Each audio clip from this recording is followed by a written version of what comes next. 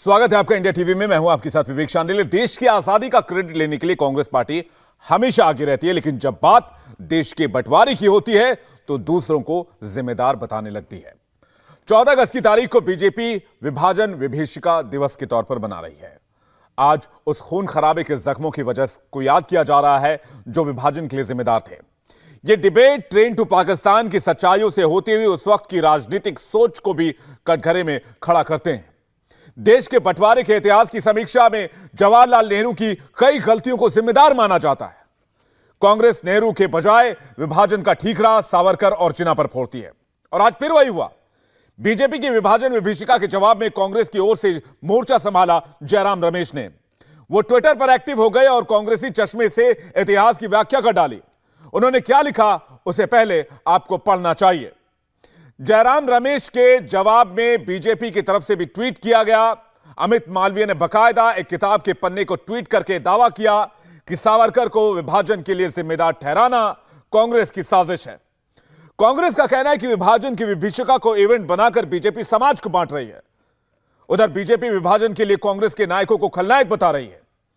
आज जवाब 2 में हम यही सवाल पूछ रहे हैं। हम पूछ रहे हैं कि आज के हिंदुस्तान का जिन्ना कौन, और क्या विभाजन की विभीषिका को याद करना, उन लोगों को श्रद्धांजलि देना जिन्होंने अपनी जान गंवाई, क्या यह गलत है? इसी पर करेंगे बहस और मेहमानों का एक बड़ा पैनल हमारे साथ जुड़ेगा। आपको बता दें, राकेश सिन्हा हमारे साथ जुड़ेंगे, राज्यसभा सांसद बीजेपी के। हमारे साथ डॉक्टर ओम जी उपाध्याय जुड़ेंगे, इतिहासकार, क्योंकि इतिहास का पक्ष जानना भी जरूरी है। क्या हुआ इतिहास में, क्या लिखा गया इतिहास में, यह समझना भी जरूरी है। और डॉक्टर चैनिका उनियाल हमारे साथ जुड़ रही हैं, प्रवक्ता हैं कांग्रेस पार्टी की। डॉक्टर चैनिका, मैं आपसे ही सवाल शुरू करता हूं। जयराम रमेश ने कई सारी वजहें गिनवाई और कहा कि विभीषिका दिवस मनाया जाना गलत है। प्रधानमंत्री के ट्वीट को मैं देख रहा था, उन्होंने कहा कि जिन लोगों की जान गई आज के दिन, 14 अगस्त के दिन, जब देश का बंटवारा हो रहा था सन 1947 में, उन लोगों को उन्होंने होमेज यानी कि श्रद्धांजलि दी, उनके दुखों को याद किया। इसमें गलत क्या है, मैं ये समझना चाहता हूं आपसे। देखिए, मेरा यहाँ पे सबमिशन ये है कि 14 अगस्त जो हम विभाजन विभीषिका की बात कर रहे हैं, तो मैं यहाँ कहूंगी कि जाने गई, इसमें कोई डाउट नहीं है, किसी को कोई एतराज नहीं हो सकता। लेकिन जाने सिर्फ एक पक्ष पे नहीं गई। जब ये बंटवारा हुआ तो दोनों पक्ष पे जाने गई थी। और अगर हम बंटवारे को याद करना इतना ही जरूरी है तो हमें बंटवारे को इस संदर्भ में याद करना चाहिए कि विभाजनकारी राजनीति कभी भी सकारात्मक परिणाम नहीं लाती। आप ये देखिए कि कोई भी देश जो है सीधा जमीन पे नहीं बंटता है। पहले आप दिमागों में लोगों को बांटते हैं, और जब दिमागों में देश बंटता है उसके बाद ही एक समय सीमा होती है जिसके अंदर अगर आप चीजों को सुधारते नहीं हैं तो इसी तरह की विभीषिका देखनी पड़ती। तो मेरा ये कहना है यहाँ पे कि आप अगर जख्मों को कुरेदेंगे तो उससे कोई लाभ नहीं होना है आपको, बल्कि अपनी गलतियों से या अपनी जो पुरानी चीजें जो खराब हुई हैं उन इतिहास में हमेशा उनसे सबक लेना चाहिए। और आप ये भी देखिए कि आप में उसमें बहुत सारी आपको सकारात्मक कहानियां भी आपको विभाजन के दौर में मिलेंगी। क्या आप उनको नहीं याद करना चाहेंगे? तो नहीं, इसमें तो सबका जिक्र है। अच्छा, मुझे एक बात बताइए, बातों के साथ हम देश की जनता के विचारों को किस ओर लेके जाना चाहते हैं? चैनिका जी, मुझे एक बात बताइए, क्या आपने प्रधानमंत्री का वो ट्वीट देखा? जी, मैंने देखा और क्या मैं ये भी जानती हूँ प्रधानमंत्री ने क्या लिखा। मैं दर्शकों को भी बता दूं, क्योंकि हो सकता है बहुत सारे दर्शकों ने वो ट्वीट ना देखा हो। मैं 2 लाइनें उसकी पढ़ के अगर सुना दूं, अगर आपकी इजाजत हो। प्रधानमंत्री ने लिखा, today on partition horrors remembrance day, I pay homage to all those who lost their lives during partition. इसमें मैं समझना चाहता हूं, आपने कहा ये बांटो और फूट डालो और शासन करो की राजनीति है, ये बांटने की राजनीति है। मैं तो ये जो लाइन पढ़ पा रहा हूं जिसमें लिखा हुआ है कि I pay homage to all those who lost their lives during partition, जिन्होंने बंटवारे के दरमियान अपनी जान खो दी, अपनी जान कुर्बान कर दी, उन लोगों को याद करते हैं, उन लोगों को श्रद्धांजलि देते हैं। इसमें बांटो वाली राजनीति जो आप जिसे नैरेट कर रही है, मुझे नहीं समझ आ रहा। मैं ये कहना चाह रही हूँ कि आप होमेज पे कर रहे हैं, लेकिन साथ ही साथ आप ऐसे प्रोग्राम्स ऑर्गेनाइज कर रहे हैं सरकारी संस्थानों में जिसमें आप त्रासदी की बात कर रहे हैं बार बार। मैं ये कहना चाह रही हूँ आपको कि आप त्रासदी की बात कर रहे हैं, लेकिन आप सकारात्मक चीजों को क्यों नहीं आगे लेके जाना चाहते? आप इतिहास को हमेशा कुरेदते रह करके उन जख्मों को ताजा क्यों रखना चाहते हैं? उससे क्या राजनीतिक लाभ मिलने वाला है, ये अपने आप में भी एक सवाल है। नहीं, लेकिन मुझे आप जो बात कह रही हैं मुझे इस ट्वीट में तो कहीं नहीं दिख रहा, और प्रधानमंत्री ने जो ट्वीट किया उसमें तो कहीं नहीं दिख रहा। लेकिन मुझे दिक्कत इस बात की कि प्रधानमंत्री जब भी कोई इनिशिएटिव लेते हैं तो कांग्रेस हमेशा उसे उल्टे चश्मे से देखती है। अभी हमने देखा कि जब आजादी का अमृत महोत्सव पूरे देश में मनाया जा रहा है, तिरंगा यात्रा निकाली जा रही है, उसमें भी आप लोगों को तकलीफ हो रही है, उसमें भी आप लोग प्रॉब्लम निकाल रहे हैं। देखिए, मेरा यहाँ पे यही कहना है कि आपने जैसे कहा कि हमें प्रधानमंत्री के इनिशिएटिव से जो है कोई तकलीफ होती है। तकलीफ तब होती है जब आप उसमें राजनीतिक लाभ ढूंढने की कोशिश करते हैं। सिर्फ आप देखो, पार्टीशन हॉरर्स करके अगर प्रोग्राम्स ऑर्गेनाइज होंगे तो आप उससे कौन सा सकारात्मक माहौल फैलाना चाहते हैं? आप मुझे ये तो बताइए। चैनिका जी, ये त्रासदी ही तो थी, और क्या थी? पार्टीशन हॉरर ही तो था। एक देश के दो टुकड़े हो गए, एक पाकिस्तान, एक धर्म के नाम पर नया मुल्क बना दिया गया। ये हॉरर नहीं तो और क्या, ये त्रासदी नहीं तो और क्या है? तो धर्म के नाम पे जब बटा तो सिर्फ एक ही धर्म की सांप्रदायिकता वहां पे नहीं थी। यहाँ पे ये जो बांटो और राज करो की जो नीति है, उसकी शुरुआत जब अंग्रेजों ने की तो उसपे साथ देने वाले भी तो हमारे ही देश के लोग थे ना, उस नीति को आगे बढ़ाने वाले, उसको पुष्पित और पल्लवित करने वाले। तो हमें अगर सबक सीखना है तो हमें ये सबक सीखना है कि हम उस नीति को ना अपनाएं, हम उस तरफ ना जाएं जिसकी वजह से ऑलरेडी हमने ये त्रासदी देखी थी। नहीं तो इतिहास को इतिहास के जैसे एक्सेप्ट करने में क्या परेशानी है? उस समय आपकी पार्टी सबसे बड़ी पार्टी थी, कांग्रेस के सामने कोई दूसरी पार्टी थी नहीं। त्रासदी का मामला भी उसी समय निकलकर सामने आया। जिन्ना की कुछ अपनी मांगे थी, उन मांगों को स्वीकार नहीं किया गया, जिसके बाद उन्होंने टू नेशन थ्योरी दे दी, उसके बाद उन्हें अलग मुल्क चाहिए था। तो ये सारी चीजें तो आपके दौर में हुई ना। तो इसको अगर हॉरर डे के रूप में मनाए, त्रासदी के रूप में मनाए, एक इतना बड़ा भारत उसके 2-3 टुकड़े हो गए, तो इसमें ऐतराज क्यों है? अगर आज उन लोगों को याद किया जा रहा है जिन लोगों की जान चली गई, और एक दो लोग नहीं, लाखों लोग ट्रेनों में भर भर के, ट्रेनों में कटे हुए लोगों के सिर आते थे, तो इससे बड़ी त्रासदी और क्या हो सकती है? और आज उसके लिए सावरकर को जिम्मेदार ठहराया जाना। देखिए, 1923 में सावरकर जी ने अपने हिंदुत्व नामक जो निबंध लिखा था, उसमें साफ साफ उन्होंने इस चीज के बीज दे दिए थे। उन्होंने पितृभूमि और पुण्य भूमि की जो बात की थी उसमें साफ साफ कह दिया गया था। और इनफैक्ट आप ये देखिए, सावरकर जी ने अपने स्पीच में कहा था, ये भी तो एक इतिहास है ना, कि जो उन्होंने अहमदाबाद में जो स्पीच दिया था उसमें उन्होंने साफ साफ कहा था कि भारत में जो है 2 प्रतिद्वंदी राष्ट्र हैं जो अगल बगल में रह रहे हैं। और उन्होंने साफ कहा था कि इससे कतई इनकार नहीं किया जा सकता कि हिंदुस्तान में जो है जो 2 राष्ट्र हैं, और एक हिंदू और एक मुस्लिम। इवन आप 1940 में जब पाकिस्तान का जो प्रस्ताव है मुस्लिम लीग स्वीकार करती है, तब भी सावरकर जी ये कहते हैं कि मुझे जिन्ना के द्विराष्ट्र सिद्धांत से कोई ऐतराज नहीं है। तो आप ये देखिए कि द्विराष्ट्र सिद्धांत जिन्ना ने दिया, ये एक हिस्टोरिकल फैक्ट है। तो हिस्टोरिकल फैक्ट ये भी है कि सावरकर जी ठीक ने है, उससे एक ब्रेक ले रहे हैं।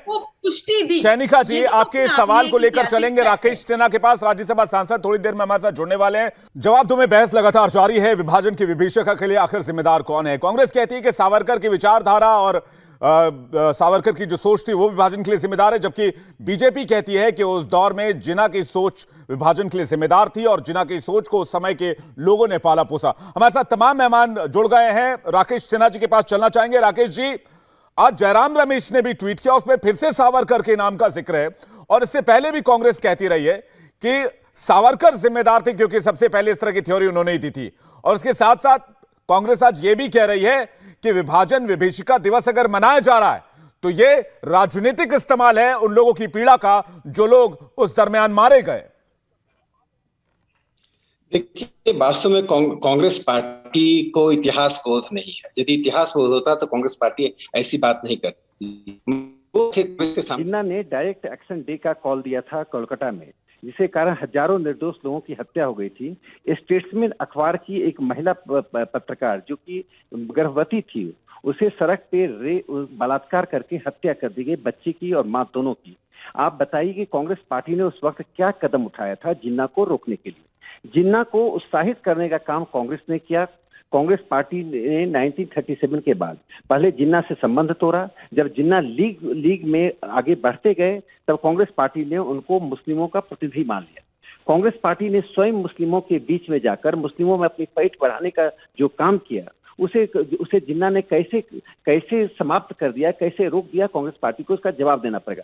वास्तव में स्थिति यह है कि ये पूरी लड़ाई जो थी वो उस लड़ाई के प्रति कांग्रेस पार्टी ईमानदार नहीं थी। यदि ईमानदार होती तो देश का बंटवारा नहीं होता है। ये लड़ाई डिस्पाइट जो सावरकर जी ने कहा था, irrespective of you, despite you और विदाउट यू, तुम हो तब भी हम तुम्हारे साथ हैं, नहीं हो तब भी हम आंदोलन करेंगे। तब तो राकेश जी, आपका वीडियो नहीं आ पा रहा, मैं आपसे दोबारा कनेक्ट करूंगा। उनियाल जी हमारे साथ लगातार बनी हुई। उनियाल जी, ये बताइए कि जैसे कि राकेश जी कह रहे हैं कि जिन्ना की सोच को खाद पानी देने वाले लोग भी तो उस समय मौजूद थे और उसको कांग्रेस पार्टी ने खाद पानी देने का उस वक्त काम किया, ये बीजेपी आरोप लगाती है आपके ऊपर। देखिए, ये तो वही बात हो गई ना कि आप जिनकी खुद की गलती है वो दूसरों को बोल रहे हैं। आप ये देखिए कि नेहरू का एक कथन है कि एक सांप्रदायिकता से दूसरी सांप्रदायिकता कभी समाप्त नहीं होती, बल्कि दोनों एक दूसरे को पोषित करती हैं। अब आप ये देखिए कि हमें थोड़ा सा इतिहास में जाने की जरूरत है, क्योंकि बात इतिहास की हो रही है। तो आप 1857 हम सब जानते हैं कि जो 1857 की क्रांति थी, इस देश में हिंदुओं मुसलमानों ने सबने आपस में कंधे से कंधा मिला करके लड़ी थी। इवन सावरकर उस समय तक गिरफ्तार नहीं हुए थे और सावरकर जी ने अपनी किताब में भी जो है बहादुर शाह जफर की तारीफ की है। लेकिन गिरफ्तारी के बाद आप देखते हैं कि जब वो रिहा होते हैं उसके बाद उनके विचारों में परिवर्तन होते हैं।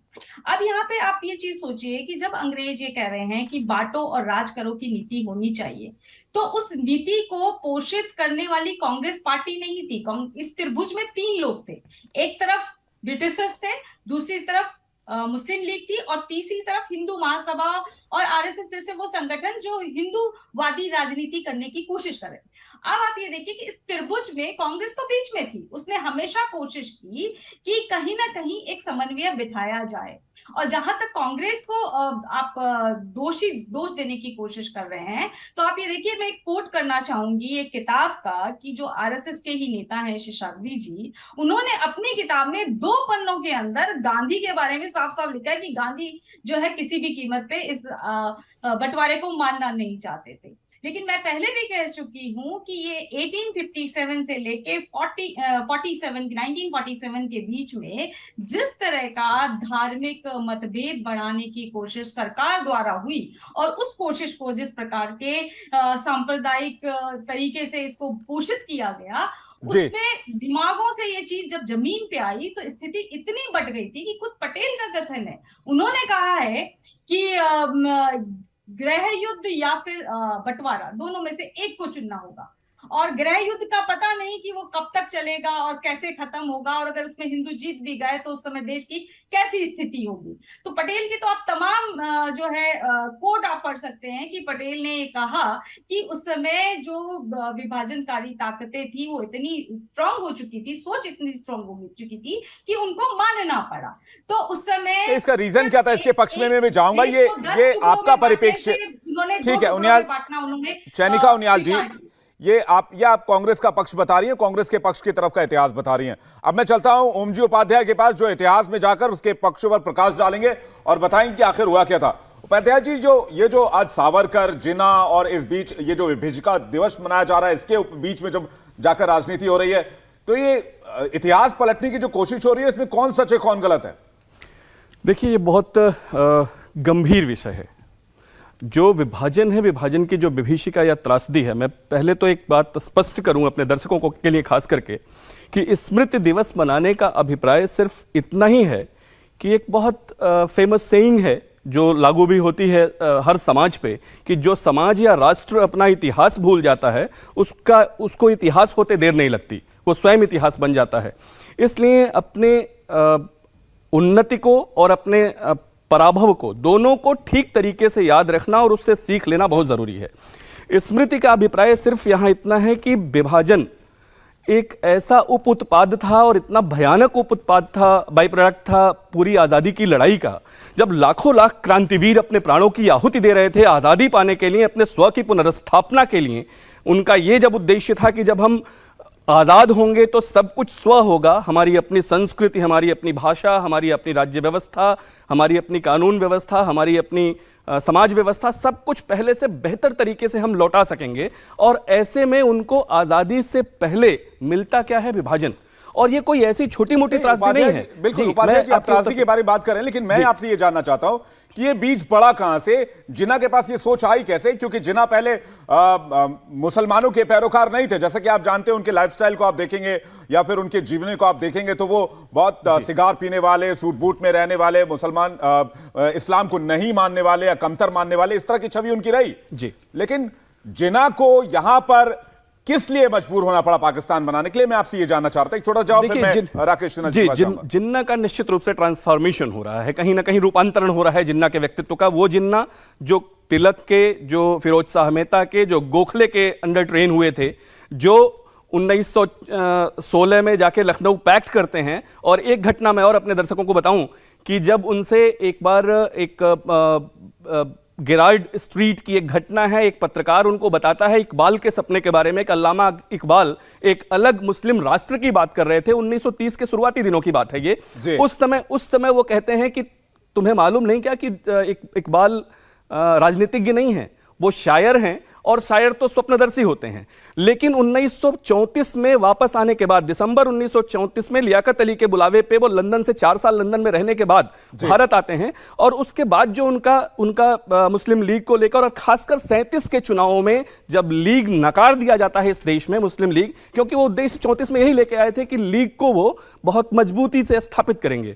उसके बाद लगातार ये मांग शुरू होती है, जो 1940 में जाकर, केवल 37 से 47 का इतिहास अगर आप जिन्ना का देखें तो वो पूरा अचानक ट्रांसफॉर्मेशन का इतिहास है। उसके पीछे बहुत सारी घटनाएं हैं, उन घटनाओं में हम घुसेंगे तो मुझे लगता है कि एक अलग पूरी घंटे भर की डिबेट हो सकती है उस पे। लेकिन जो परिस्थितियां बदल रही हैं और उसकी पृष्ठभूमि 1857 के बाद से ही बननी शुरू हो रही है, मैं निश्चित रूप से उस पर आपसे बातचीत करूंगा, उस पर आपसे चर्चा करूंगा। ठीक है, राकेश सिन्हा जी कुछ कहना चाह रहे हैं। राकेश सिन्हा जी, आपका जवाब उस समय अधूरा रह गया था। देखिए, मैं एक बुनियादी सवाल उठाता हूं। कांग्रेस पार्टी ने 1885 से लेकर 1947 तक अल्पसंख्यकों के ऊपर 323 प्रस्ताव पारित किए। और जब सेपरेट इलेक्टोरेट को कांग्रेस पार्टी ने जब मान लिया, और 1909 से और 1999 की जो तथाकथित संवैधानिक सुधार था ब्रिटिश साम्राज्य पर, उसके प्रति कांग्रेस पार्टी ने जो सहमति व्यक्त कर दी और लीग की तुष्टीकरण करती रही, उसने जिन्ना को पैदा किया, उसने लीग को पैदा किया। जिन्ना नहीं होता तो कोई और आता। लेकिन विभाजन के कागार पर ले जाने का काम कांग्रेस ने तब किया जब भारत के लोगों को हिंदू और मुसलमान, यानी अल्पसंख्यक बहुसंख्यक में बांट दिया। मैं एक उदाहरण देना चाहता हूं। 1885 में कांग्रेस का पहला अधिवेशन हुआ। उस पहले अधिवेशन में 72 डेलीगेट्स आए थे। 72 डेलीगेट्स में मुसलमानों की संख्या सिर्फ 2 थी, और पारसियों की संख्या 9 थी, और क्रिश्चियन की संख्या 2 थी, शेष हिंदू थे। अब पारसी की संख्या कितनी कम देश में है, लेकिन डेलीगेट्स 9 थी। तो उस वक्त कांग्रेस को जो लगातार 85 से और तुष्टीकरण करती रहे, जवाहरलाल नेहरू तुष्टीकरण में सबसे आगे थे। इसका एक उदाहरण कांग्रेस के लोग उत्तर दें। जब जवाहरलाल नेहरू ने मुस्लिम मास कांटेक्ट प्रोग्राम 1937 में शुरू किया, बाद में 45 में शुरू किया, दोनों बार कांग्रेस मुंह खाई। और मुंह क्यों खाई? मुंह खाने का कारण ही था कि कांग्रेस पार्टी को यह आइडिया ही नहीं लग पा रहा था कि यह जो प्रोग्राम है, उस प्रोग्राम के तहत, इस प्रोग्राम के तहत हम मुसलमानों को आकर्षित कर पाएंगे क्या नहीं कर पाएंगे। तो कांग्रेस पार्टी ने 2 नेशन थ्योरी को तभी बना दिया था, सेपरेट इलेक्टोरेट किया। एक और बुनियादी सवाल मैं उठाना चाहता हूं यहाँ पर, जो बहुत ही महत्वपूर्ण है, कि कांग्रेस पार्टी जब लगातार मुस्लिम तुष्टीकरण कर रही थी, उसी वक्त एक घटना घटती है जब अब्दुल गफ्फार खान भारत में रहना चाहते थे, और north west frontier province NWFP Bharat में रहने के जनमत भारत के संदर्भ में था। फिर कांग्रेस पार्टी ने अब्दुल गफ्फार खान को और NWFP को पाकिस्तान क्यों भेज दिया? उन्होंने कहा मुझे शेर के मुंह में मत डालो। और गफ्फार खान इतने ईमानदार थे कि आजीवन वो पाकिस्तान से बाहर रहे, या जेल में रहे, या पाकिस्तान से निर्वासित रहे। इन परिस्थितियों का मैं कहना चाहता हूं कि इतिहास को आप जिन्ना भर से सावरकर में करके कांग्रेस पार्टी उसको छिपाना चाहती है। अगर सावरकर जी के 1000 गुना है, मैं मान लिया सावरकर जी के 1000 गुना है, क्या सावरकर नहीं होते तो देश का विभाजन नहीं होता? क्या हिंदू महासभा नहीं होती तो देश का विभाजन नहीं होता? ये कांग्रेस पार्टी को जवाब देना पड़ेगा कि सेपरेट इलेक्टोरेट सावरकर जी ने। दूसरा, एक छोटी सी बात मैं इसमें और, अच्छा ठीक है, जल्दी पूरा कीजिए। इसमें एक बात और जोड़ दूं कि एक घटना का कांग्रेस हमको जवाब दे दे कि कांग्रेस पार्टी की देशभक्ति का प्रमाण आज मिल जाएगा। लंदन में श्यामजी कृष्ण वर्मा थे जिन्होंने इंडिया हाउस की स्थापना की, जिन्होंने डॉक्टर लाला हरदयाल जी, सावरकर जी क्रांतिकारियों को प्रभावित किया। उनके विचार, उनके गतिविधियों से ब्रिटिश साम्राज्यवाद थराई हुई थी। वे उनको पीछा करते रहे, फ्रांस गए, फ्रांस से वे जिनेवा गए। जिनेवा में उन्होंने 1930 में अपने मृत्यु के समय एक विल लिखा कि मेरे मृत्यु के बाद मेरे अस्थि भस्म को भारत तब ले जाया जाए जब भारत स्वतंत्र हो। 1930 में उनकी मृत्यु हुई और 30 से लेकर 2003 तक प्रधानमंत्री आए और गए, देश में पार्लियामेंट बना और गया, स्वतंत्रता संग्राम मनाया गया, 15 अगस्त को झंडा फहराया गया। लेकिन श्यामजी कृष्ण वर्मा का अस्थि भस्म किसी देशभक्त की प्रतीक्षा कर रहा था। 2003 में गुजरात के तत्कालीन मुख्यमंत्री श्री नरेंद्र मोदी जी ने उस अस्थि भस्म को जिनेवा से भारत लाने का काम किया। कांग्रेस पार्टी जवाब दे कि नेहरू से लेकर राजीव गांधी तक उस श्यामजी कृष्ण वर्मा क्या सत्ता में भागीदारी मांग रहे थे? क्या श्यामजी कृष्ण वर्मा 10 जनपद को चुनौती दे रहे थे? ठीक है, आप ये कह रहे हैं कि तुष्टीकरण की नीति थी कांग्रेस की, जिसकी वजह से देश को विभाजन झेलना पड़ा। नहीं, उसके साथ एक प्रश्न का उत्तर कांग्रेस दे कि श्यामजी कृष्ण वर्मा के अस्थि भस्म को, उस देशभक्त के अस्थि भस्म को जिनेवा से कांग्रेस के प्रधानमंत्रियों ने, कांग्रेस की सरकार ने 1947 से लेकर जब तक राजीव गांधी रहे लाने का काम क्यों नहीं किया? इंदर गुजराल ने क्यों नहीं किया? देवगौड़ा ने क्यों नहीं किया? ठीक है, चयनिका उनियाल जी। ठीक है राकेश जी, मंत्री को ही ऐसा क्यों करना पड़ा? ठीक है।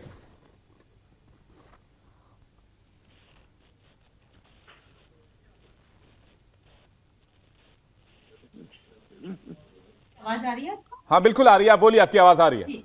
अभी अभी डॉक्टर उपाध्याय ने एक बात कही जिससे मुझे एक चीज में एक सवाल मेरे जहन में आता है कि इन्होंने कहा कि 1937 के चुनाव में मुस्लिम लीग को जनता ने नकार दिया। पर इसी इतिहास के साथ एक इतिहास ये भी जुड़ा हुआ है कि 1937 के चुनाव के बाद उसी मुस्लिम लीग के साथ, जिसके लिए हम पर तुष्टीकरण का आरोप लगाया जा रहा है, उसी मुस्लिम लीग के साथ में मिलकर के हिंदू महासभा ने बंगाल में, सिंध में सरकारें बनाई। इनफैक्ट यहाँ तक कि ये भी अपने आप में एक इतिहास है। अभी अभी हम अगस्त क्रांति दिवस मना करके गुजरे हैं, जो 1942 का आंदोलन था। उस 1942 के आंदोलन में भी जब भारत में जो है कांग्रेस की सरकारों ने ब्रिटिश सरकार के विरोध में सारी की सारी इस्तीफे दिए, उस समय भी जो है हिंदू महासभा जो है ब्रिटिश सरकार के साथ खड़ी रही और मुस्लिम लीग के साथ सरकार चलाती रही।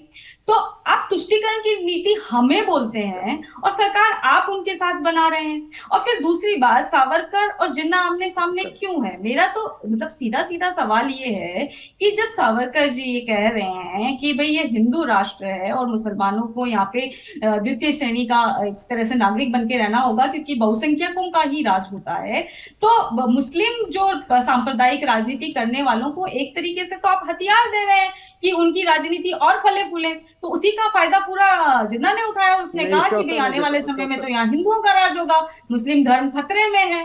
तो मुस्लिम धर्म खतरे में है तो सारे के सारे मुसलमान भी इकट्ठे हुए। और आप ये देखिए कि उस समय भी जो मेरा आकलन है, जो मेरा अपना मानना है कि जिन्ना वो सांप्रदायिकता फैलाने में इसलिए भी सक्षम हो पाए क्योंकि मुसलमानों में एक मध्यम वर्ग का जो है उस समय तक उद्भव नहीं हो पाया था, एक जागरूक वर्ग का उद्भव बहुत कम हुआ था। और इसीलिए मेरे को लगता है कि उनको बहुत आसानी रही होगी इस टूल को इस्तेमाल करने में। लेकिन कांग्रेस के प्रवक्ता की तरफ से चयनिका उनियाल जी, मैं इसका जवाब ले लूंगा। ये बात कह रहे हैं, जो सवाल कर रहे हैं, तो उनके सवाल में एक जवाब ये भी छुपा हुआ है कि ऐसी सरकारें भी इस देश के अंदर रही 47 के बाद जिसमें जनसंघ और भारतीय जनता पार्टी सरकार में शामिल थी। तब उनको ये सवाल क्यों नहीं याद आया? आज ही क्यों सवाल याद आ रहा है? ठीक है चयनिका जी, मैं सवाल पूछ लूंगा, लेकिन मेरा ठीक है चयनिका जी, लेकिन आप जो बात कह रही हैं कि सावरकर ने हिंदू मुस्लिम शुरू किया, चयनिका जी आप जो बात कह रही है सावरकर ने हिंदू मुस्लिम शुरू किया और उनके एक लाइन कह देने से या उनके चुनाव प्रचार कर देने से देश बढ़ गया, ये बात देखिए, ये बात उसको पल्लवित और पोषित जो है किसने किया? हिंदू महासभा ने किया। उसको मुस्लिम लीग और मैं आ रहा हूं उपाध्याय जी आपके पास, मैं राकेश जी आपके पास आऊंगा, उससे पहले मैं एक उपाध्याय जी से जवाब ले लूं। लेकिन सवाल यह है कि क्या सावरकर के कहने पर से देश बढ़ गया? इसमें मुस्लिम लीग और जिन्ना की कोई भूमिका नहीं थी। भूमिका दोनों की थी ना, मैं ये कहा कह रही हूं कि किसी एक की भूमिका थी। ठीक है, आप सावरकर को जिम्मेदार मानते उपाध्याय जी?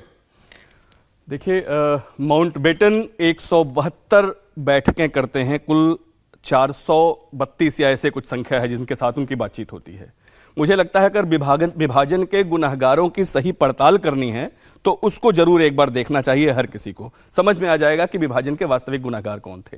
सावरकर पे आरोप लगा देना, सावरकर दो जो मुख्य पुस्तकें हैं उनकी आप उठा के देख लें उसको पूरा का पूरा, जब वो 1857 के स्वाधीनता संघर्ष की बात कर रहे हैं तो वो स्पष्ट तरीके से उसमें लिख रहे हैं कि हिंदू मुस्लिम दोनों ने कंधे से कंधा मिलाकर 1857 का महासमर, उसका जो विप्लव था, उसमें हिस्सा लिया। दोनों बहुत मजबूती से लड़े। और जब वो हिंदू की बात कर रहे हैं, एसेंशियल सफ हिंदुत्व तक आने तक 1923 तक की, 1857 से 1923 तक की जो यात्रा है, बल्कि मैं 1906 से 23 तक की यात्रा कहूं, क्योंकि वो किताब 1906-7 में वो लिख रहे हैं, 50 वर्ष जब 1857 के पूरे हो रहे थे उस समय।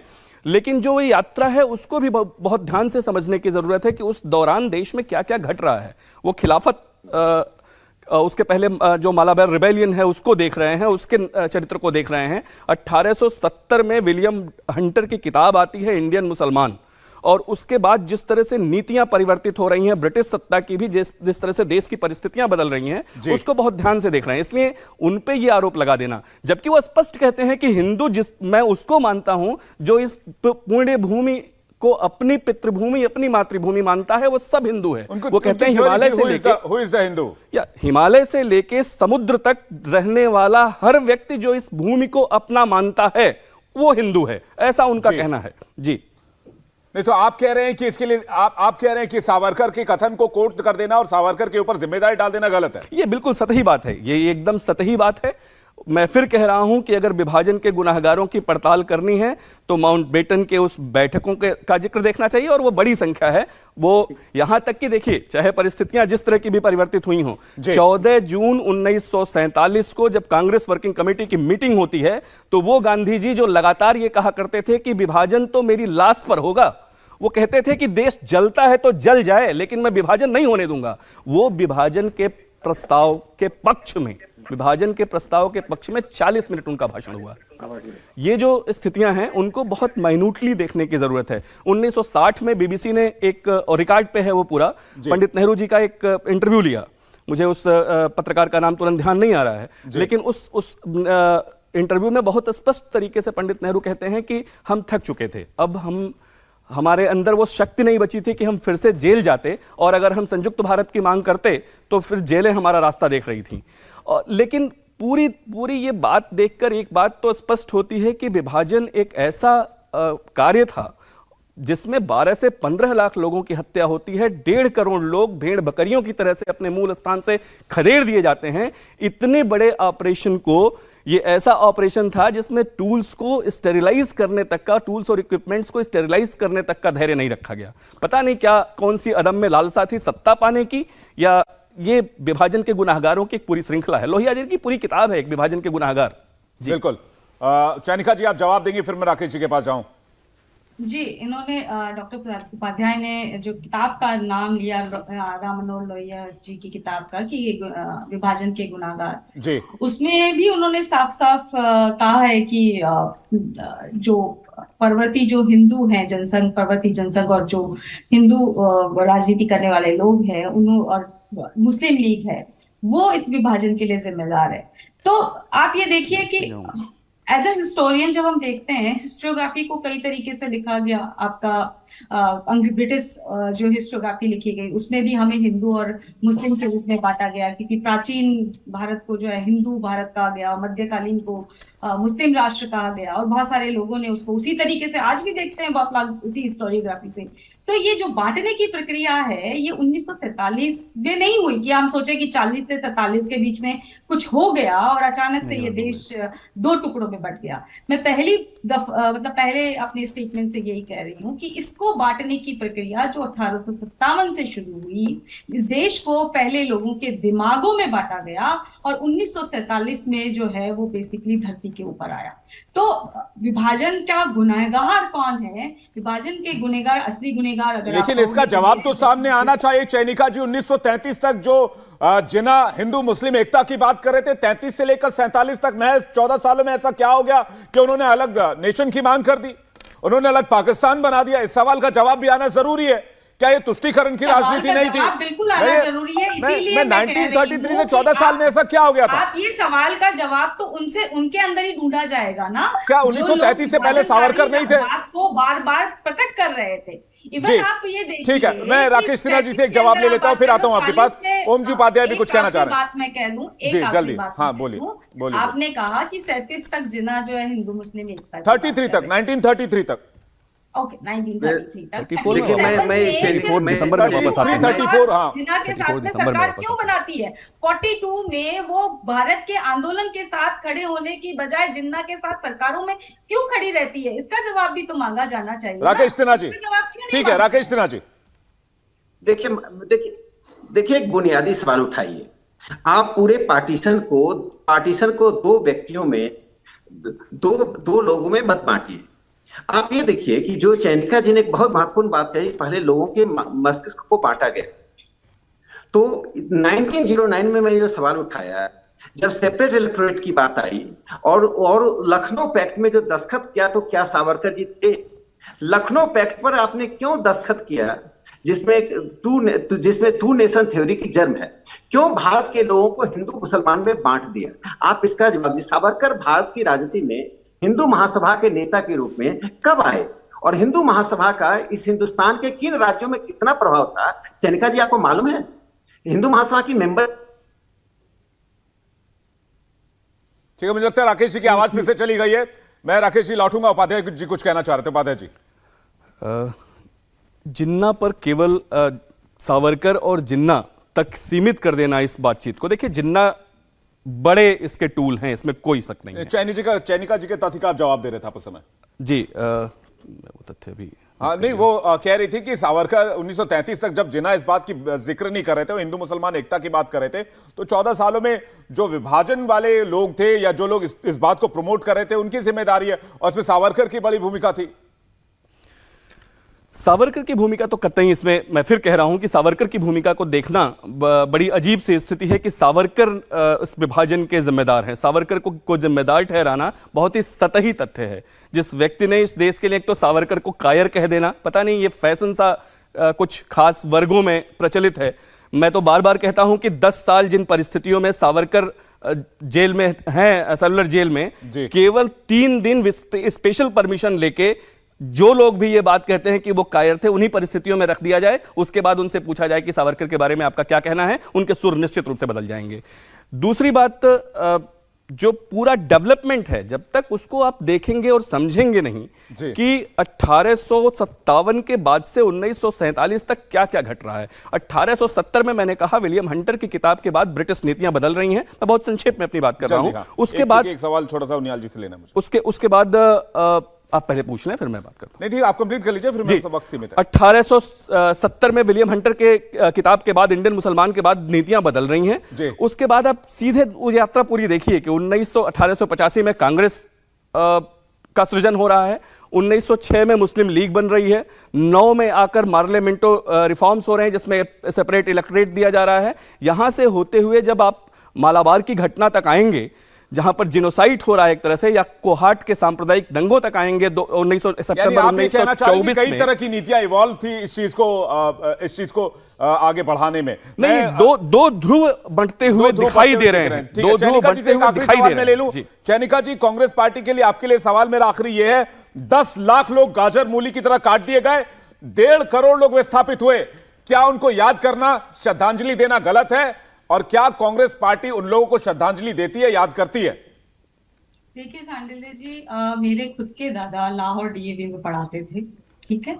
1930 में वो पहली बार कांग्रेस के सदस्य बने थे, लाहौर अधिवेशन में ही, और 47 में वो वापस भी आए। चैनिका जी, मेरा सवाल ये 10 लाख लोग मारे गए, क्या कांग्रेस पार्टी उनको श्रद्धांजलि देती है? मुझे पता है, सबने इस त्रासदी को देखा है। चैनिका जी, क्या आप उनको श्रद्धांजलि देती है? क्या कांग्रेस पार्टी उनको श्रद्धांजलि देती है? थोड़ा जवाब। मैं उस चीज से, अपने इतिहास से एक ही सबक लेती हूँ कि मुझे किसी भी तरह की विभाजनकारी सोच का हिस्सा नहीं बनना है। ठीक है, यानी कांग्रेस पार्टी की लाइन क्लियर है कि किसी भी तरह के विभाजन को याद करना गलत है, लेकिन 10 लाख लोग मारे गए, 1.5 लाख लोग विस्थापित हो गए, उनको याद करना, श्रद्धांजलि, उनको होमेज पे करना, श्रद्धांजलि देना किसी भी तरह की राजनीति का हिस्सा नहीं हो सकता। आप सभी मेहमानों का बहुत बहुत शुक्रिया। इंडिया टीवी हर वक्त हर जगह डाउनलोड करने के लिए सर्च करें India TV news Google play store या ऐप स्टोर पर।